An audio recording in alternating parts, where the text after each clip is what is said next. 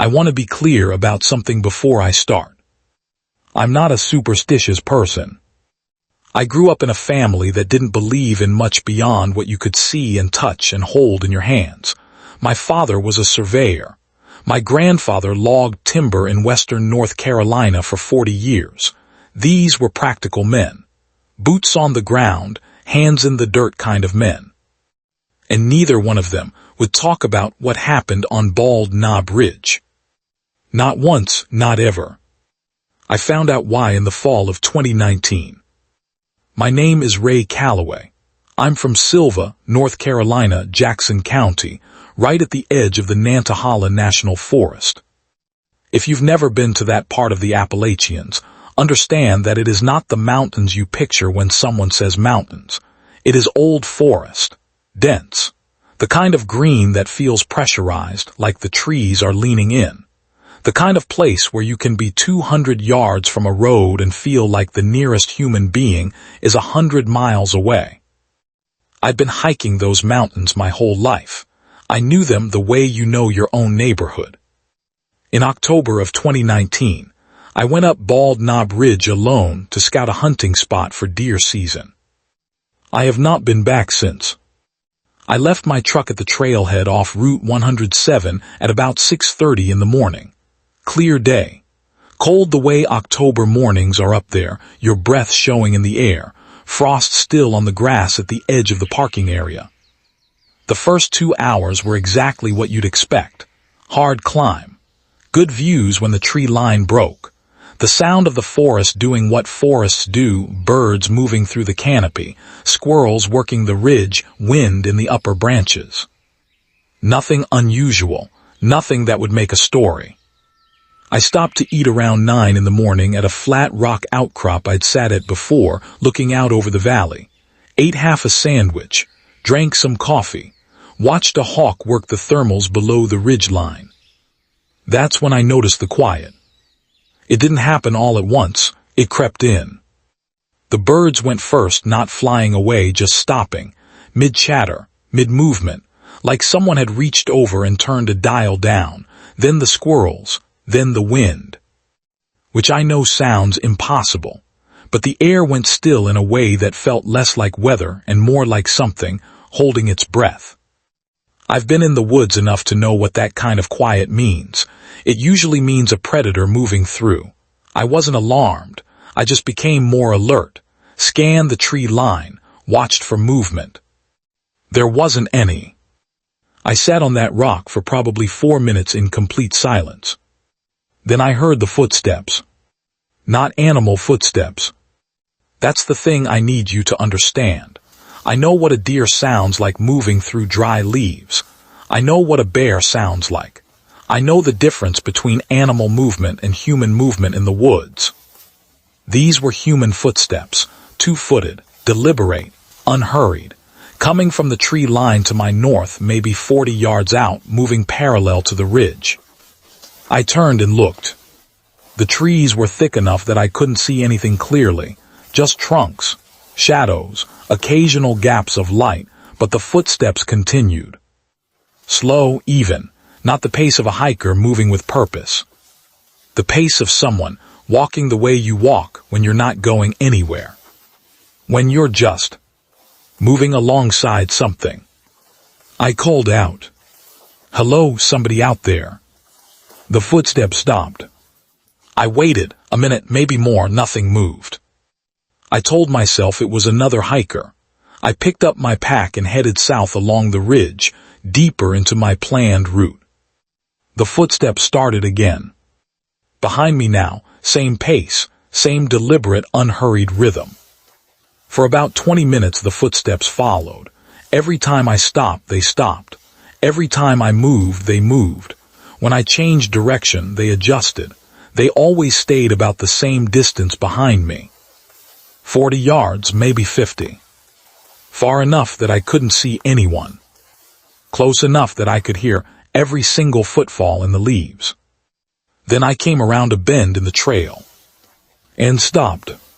There was a structure in the trees. Not a cabin, not a hunting blind. Something older. 4 walls of stacked dry stone, maybe chest high, no roof, just the stone frame of something that had been built a long time ago and had been slowly reclaimed by the forest ever since. Moss on every surface. A poplar tree growing up through what would have been the interior, roots splitting the foundation stones, trunk wider than my shoulders. This was not on any map I'd ever seen. I'd been hiking this ridge for 15 years, and I had never come across it. What stopped me wasn't the structure. It was what was arranged along the top of the eastern wall. Bones, small ones, birds maybe, or squirrels, laid in a row along the flat stones, evenly spaced, deliberate. Not the random scatter of something a predator had eaten there. Placed. Someone had placed them there, and recently enough that the ones at the near end still had tissue on them that hadn't fully dried. Behind me, the footsteps had stopped. I did not look back. I want to be honest about that. I made the conscious choice not to turn around. I picked a direction downhill, west, toward the creek drainage and eventually the road, and I walked. Not ran. I was afraid that if I ran, something would change. That the thing keeping 40 yards of distance behind me would decide the distance no longer mattered. I walked for an hour and a half. The footsteps followed me for the first 40 minutes. Downhill through the drainage, across the creek twice, steady, patient. And then, somewhere below the second creek crossing, somewhere in the lower forest where the trees thinned and the grade leveled. They stopped. Not gradually, just stopped. And the birds came back, all at once, like a switch had been thrown, and the wind picked up in the canopy and the forest was the forest again. I got to my truck, sat in it for a while with the doors locked. I told my uncle about it that night. He's lived in Jackson County his whole life, 63 years, knows those mountains as well as anyone. He listened to the whole thing without interrupting. When I finished, he was quiet for a moment. Then he said, "Bald Knob Ridge." He said the old-timers had a name for whatever lives in that part of the forest. He said his father had told him about it, and his father's father before that. He said the rule, going back generations, was simple. If you hear it walking beside you, don't look for it. If you find what it leaves behind, don't touch it. And if it follows you out of the trees, you'll know, because the birds won't come back. He looked at me. "The birds came back," he said. "So you're all right." He said it like he was reassuring himself as much as me. There are people who go into those mountains and don't come out. Jackson County, Swain County, Haywood. The missing persons reports in those counties run higher than the population would suggest. Most of them get written off as hiking accidents. I don't know what's on Bald Knob Ridge. I don't know what built that structure, or what tends to it, or what walked alongside me for 40 minutes in the October cold. But I know the mountains up there are older than anything we have a name for. And I know they don't give up everything they hold. Stay off unmarked trails after dark. And if the birds go quiet, don't stop moving.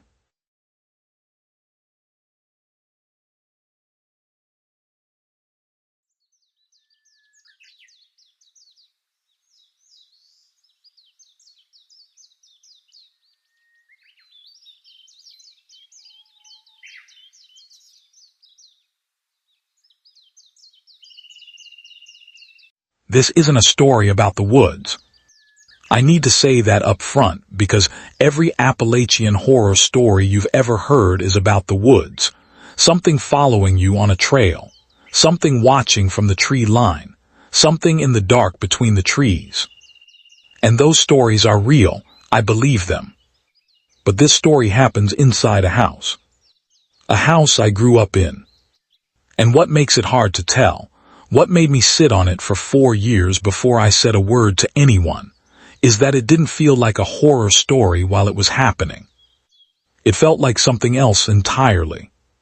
Something I still can't fully name. My name is Cora Fields. I'm from Grundy, Virginia. Buchanan County, southwest corner of the state, about as deep into the Appalachians as you can get before you cross into Kentucky. I left for college at 18, came back at 32 when my mother got sick. She had a form of early-onset dementia that moved fast. One year she was managing her garden and driving herself to church. The next year she needed someone in the house. So I moved back, into the house I grew up in, and I became my mother's full-time caregiver. I want to be clear that my mother was a sharp woman her whole life, practical, unsentimental, a retired schoolteacher who had strong opinions about people who exaggerated. Whatever the disease was doing to her memory, I always felt like the core of her was still in there, watching through the fog. Which is why I listened when she told me about the man in the yard. It started about 3 months after I moved back in. I came downstairs one morning and found my mother standing at the kitchen window, still in her nightgown, hands folded in front of her, looking out at the backyard. I asked her if she'd slept. She said, "The man woke me up again." I asked what man. She turned from the window and looked at me with that particular expression she had, the one that meant she was choosing her words carefully. "The man who stands in the yard at night. He was there again last night, standing by the fence." I looked out the window.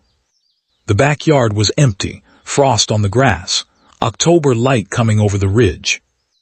I did what caregivers do. I gently redirected the conversation, made a note to mention it to her doctor, told myself it was the disease. I had a rational explanation, and I used it like a shield for the next 3 weeks. Then I saw him. It was a Thursday night in late October. I'd been up late going through my mother's medication schedule at the kitchen table. The back porch light was on. I wasn't looking for anything. I glanced up from the paperwork toward the window. He was standing at the fence. A man still, facing the house, dark work clothes, heavy jacket, average height, average build. Nothing immediately wrong about him, except that it was nearly midnight, and he was standing at the fence line of a private residential property. And not moving. I went to the back door, turned on the floodlight. It lit up the whole backyard. He was gone. Not walking away. Gone. Between one look and the next. The yard was empty, and the fence was empty, and the field behind it was empty all the way to the tree line. I stood at the door for a long time. Then I went upstairs and looked in on my mother. She was awake, sitting up in bed in the dark. When I opened the door, she turned her head and said very quietly, "You saw him." It wasn't a question. I sat on the edge of her bed and asked her to tell me everything she knew about him, not the way you speak to someone with dementia, the way you speak to a person. Because whatever was going wrong in her mind, the way she spoke about this was different. It had the texture of memory, not confusion. She said she'd first seen him the week I arrived, always at night, always at the fence, never closer than the fence line. I asked if she recognized him. She was quiet for a moment. Then she said, "He looks like your grandfather." My grandfather had been dead for 22 years.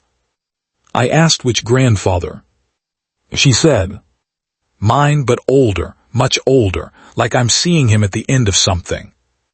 Her father had died at 61. She was looking at a man who looked like her father, aged beyond anything she had ever seen him reach. I asked her what she thought he wanted. She smoothed the quilt on her lap with both hands, the way she always did when she was thinking. Then she said, "I think he's just staying close. I think he's been told he can't come in yet." Before I tell you what happened next, if this story is getting to you, if you've experienced something in these mountains that you've never been able to explain, drop it in the comments. And if you're new here and you want more stories like this, real ones, told the way they actually happened, subscribe and hit the bell. But right now, let's get back to Cora. I set up a trail camera mounted on the back porch post facing the yard.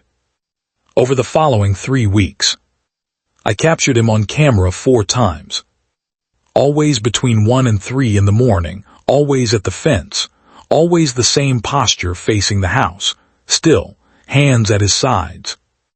The resolution wasn't good enough to make out his face clearly. But the build was consistent. The clothing was consistent. And then, on the 4th recording, he did something different. He raised one hand, slowly, and held it up toward the house. Not a wave, not the loose casual motion of a greeting. The way you hold up a hand to say, wait, to say, not yet, to say, I'm still here. My mother passed away on a Tuesday morning in February. Peaceful, in her own bed, in her own room with me sitting beside her. The camera never recorded him again after that. I've turned this over in my mind for 4 years. I've thought about grief and how it makes the brain reach for patterns. I've thought about the way old houses settle and how porch lights throw shadows. I've thought about all of it. But here is what I keep coming back to. My mother was a woman who did not embroider things, who spent 30 years teaching children the difference between what they could prove and what they only believed. And she looked at that figure in the yard for 3 months. Every night. And she did not once say she was frightened. Not once. She said it with the same calm she used for everything. The matter-of-fact tone of someone describing a thing that is simply true. He can't come in yet. I grew up in those mountains. I know their gravity, the way they hold things, the way time moves differently in the deep hollows, the way the old people speak about the dead as if the distance between here and wherever they went is shorter up there. Thinner, more permeable than it is anywhere else. I used to think that was poetry. I don't think that anymore. I think the mountains have their own arrangements, their own rules about what stays and what goes, and what's allowed to linger at the edge of things. Waiting. And I believe, down in the part of me that doesn't require proof, that something came to that fence line every night for 3 months, so that a woman losing her grip on this world would know, every morning when she woke up, that she was not going to the other side of it, alone. Some things in those mountains aren't there to hurt you, but that doesn't make them any less real.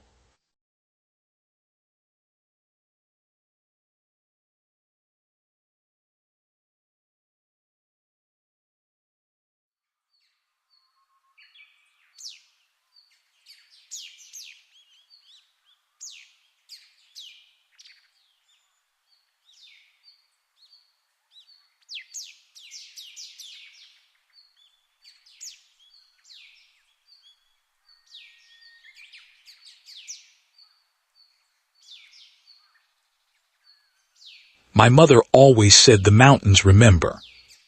I thought it was one of those things older Appalachian women say, poetic, a little superstitious, the kind of thing you smile at and file away. She grew up in Harlan County, Kentucky, deep coal country, where the ridges press in so close that some hollows only get direct sunlight for a few hours a day. She said the people who lived in those places long enough started to understand that the land had its own rules, its own memory. I smiled and filed it away. I stopped smiling in the summer of 2021. My name is Donna. I'm a wildlife biologist. I spent 6 years doing field research for the U.S. Forest Service across the southern Appalachians, Tennessee, Kentucky, Virginia, West Virginia.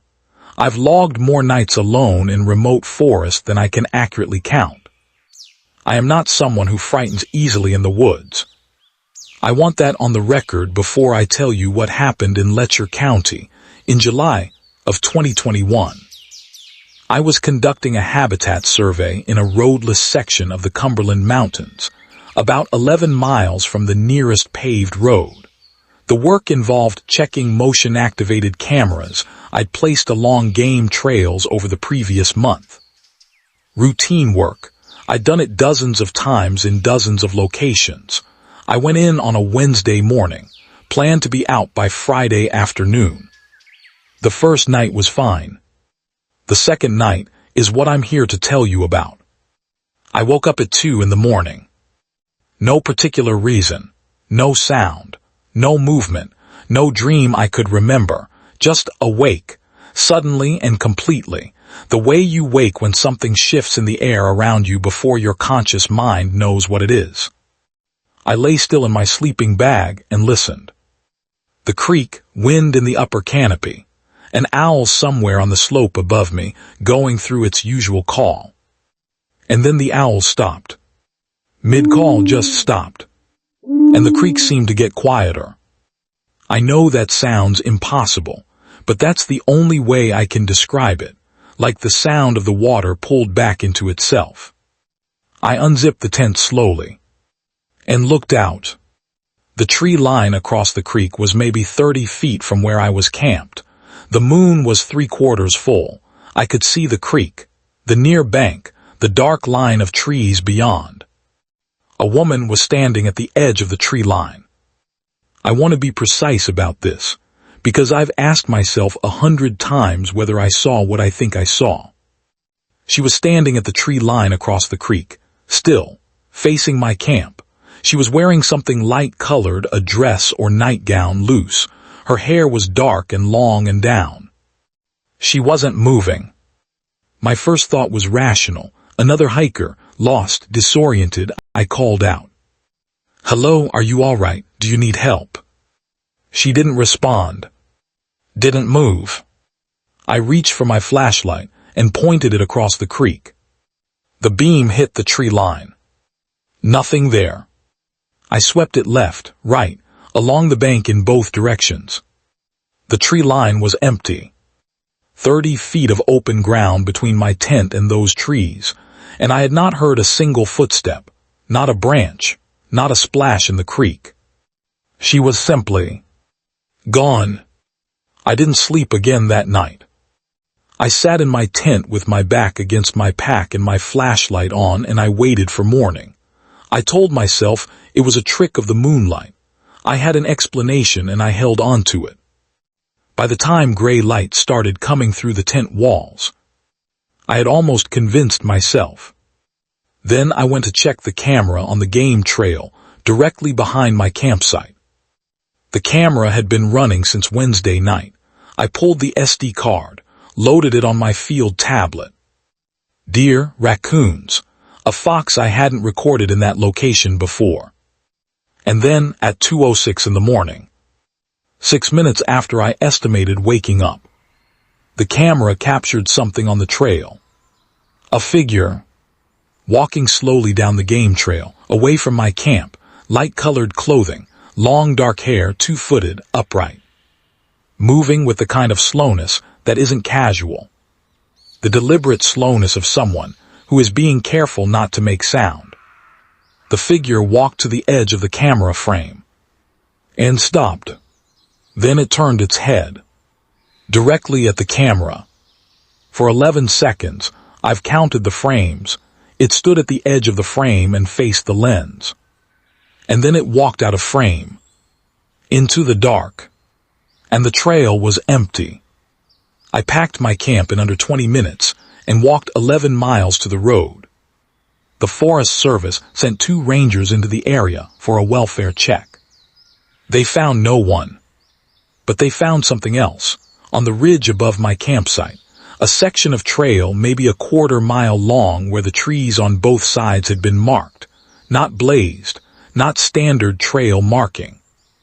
Marked in a way the ranger who called me didn't want to describe in detail over the phone. He said it looked old. He said when he described the location to locals in the nearest town, they went quiet in a way that told him they recognized it. One of the older men told him the same thing, almost word for word. Don't camp on that ridge, don't stay after dark, and if you see a woman in the trees, don't shine a light at her. The ranger asked why not. The old man's answer was, because then she knows you can see her. I still work in field biology. I still go into remote forest. I still camp alone. You don't leave a career over one bad night. But I check my cameras before I make camp now. Always, every location, every time, before I put my tent down anywhere. And I have never gone back to Letcher County. My mother always said the mountains remember. I think she was right. I think whatever is in those hills has been there longer than any name we have for it, longer than any map, longer than anyone still living can account for. I think it watches, and I think the worst thing you can do, the very worst thing, is let it know you're watching back. If you're ever alone in the southern Appalachians after dark, and the night goes quiet, keep your light off.